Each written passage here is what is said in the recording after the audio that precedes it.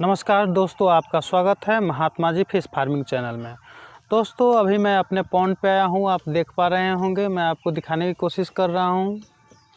और ये मेरा झोपड़ी है रहने का, जो ये मेरा प्रॉपर इसी साल पॉन्ड लिया हूँ, इसीलिए पूर्ण व्यवस्था नहीं हो पाया है।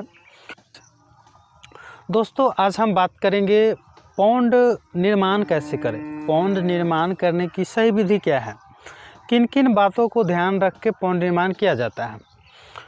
तो सबसे पहले पॉइंट की बात करते हैं। मैं इसमें 5, 6, 7 पॉइंट की को चर्चा करने वाला हूं।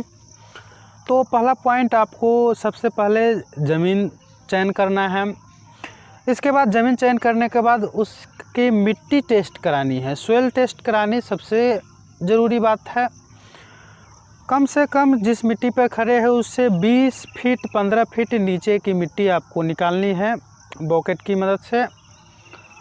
और आपको ये टेस्ट करना है कि बलुई मिट्टी है या चिकनी मिट्टी है।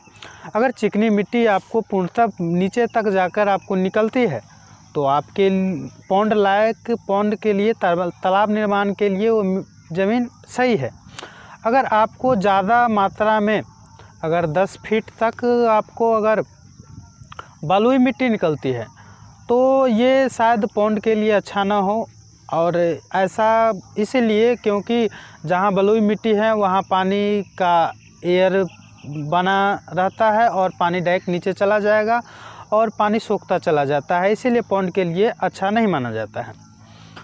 अगर कम मात्रा में मिट्टी है तो ठीक है, जिस ज़मीन का आप चयन किए हैं वहाँ एक जगह से मिट्टी टेस्ट नहीं कराना है, आपको चारों कोने में और बीच में एक दो जगह से, यानी 6-7 जगह से आप मिट्टी टेस्ट कर सकते हैं। दूसरे पॉइंट की बात करते हैं। इस मिट्टी टेस्ट कराने के बाद छोटे स्तर पर यदि है तो कम से कम 1 एकड़ भूमि का चयन करें। अगर उससे कम भी है, छोटे किसान हैं तो आप कर सकते हैं, कोई दिक्कत नहीं आएगी। तीसरे पॉइंट की बात करते हैं। आप बांध निर्माण कराने के लिए जेसीबी गाड़ी का इस्तेमाल नहीं करेंगे। मिट्टी खुदाई के लिए आप जेसीबी का निर्माण कर सकते हैं, लेकिन बांध निर्माण के लिए जेसीबी का आप इस्तेमाल नहीं करेंगे। तो दोस्तों अब चौथे पॉइंट की बात करते हैं। तब जेसीबी से आप निर्माण नहीं करेंगे तो आप किस गाड़ी से निर्माण करेंगे? तो ट्रैक्टर में बकेट सिस्टम आता है, जो बकेट सिस्टम से अगर आप बांध निर्माण कराते हैं तो आपके बांध की मजबूती बढ़ जाती है। कहीं भी बांध मिट्टी के बीच में कहीं भी एयर नहीं रहता है, खाली जगह नहीं रह पाता है।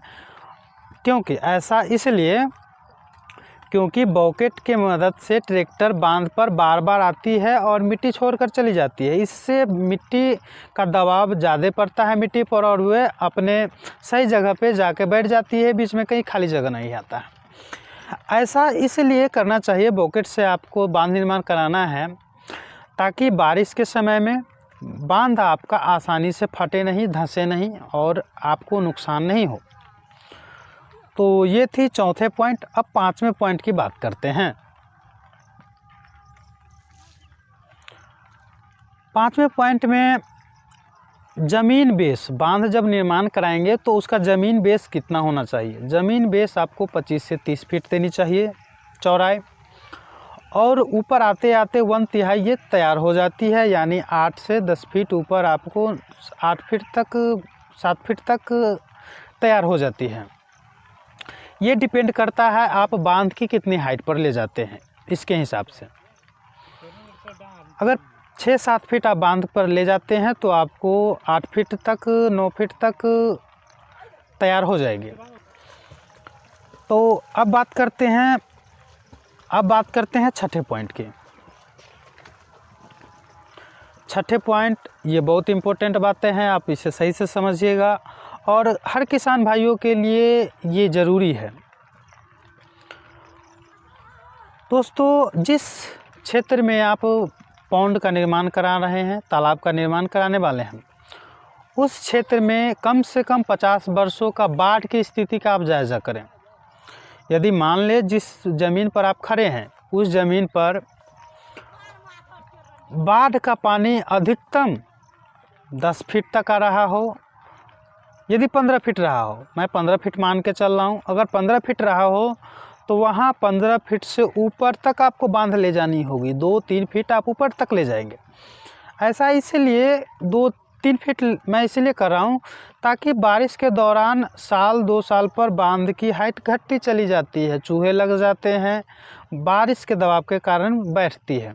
किसी भी बांध का ये नियम है, चाहे आप बॉकेट के मदद से बनवाएंगे तो जेसीबी की मदद से बनाने पर आपको ज़्यादा नुकसान हो जाता है, बांध फट जाती है, नीचे गिर जाती है।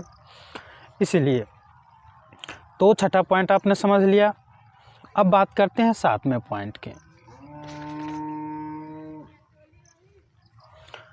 7वें पॉइंट में बांध का जो आप निर्माण कराएंगे तो बांध 90 डिग्री खड़ा नहीं करेंगे, 60 डिग्री के टेपर साइज में देंगे ताकि मछुआरों को मछली हार्वेस्टिंग करते समय जाल मिट्टी में सट कर जाएगी और मछली आपको एक ही बार में अच्छी पकड़ में आ जाएगी। ऐसा इसीलिए करना ज़रूरी होता है।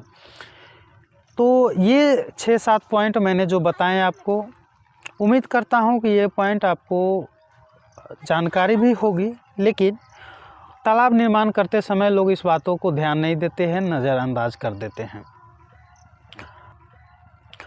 अगर जानकारी अच्छी लगे तो वीडियो को लाइक कर दीजिएगा, चैनल को सब्सक्राइब नहीं किए हैं तो चैनल को सब्सक्राइब कर दीजिए। ऐसी जानकारी आपको इस चैनल पर मिलती रहेगी। मिलते हैं अगले वीडियो में, जब तक के लिए नमस्कार।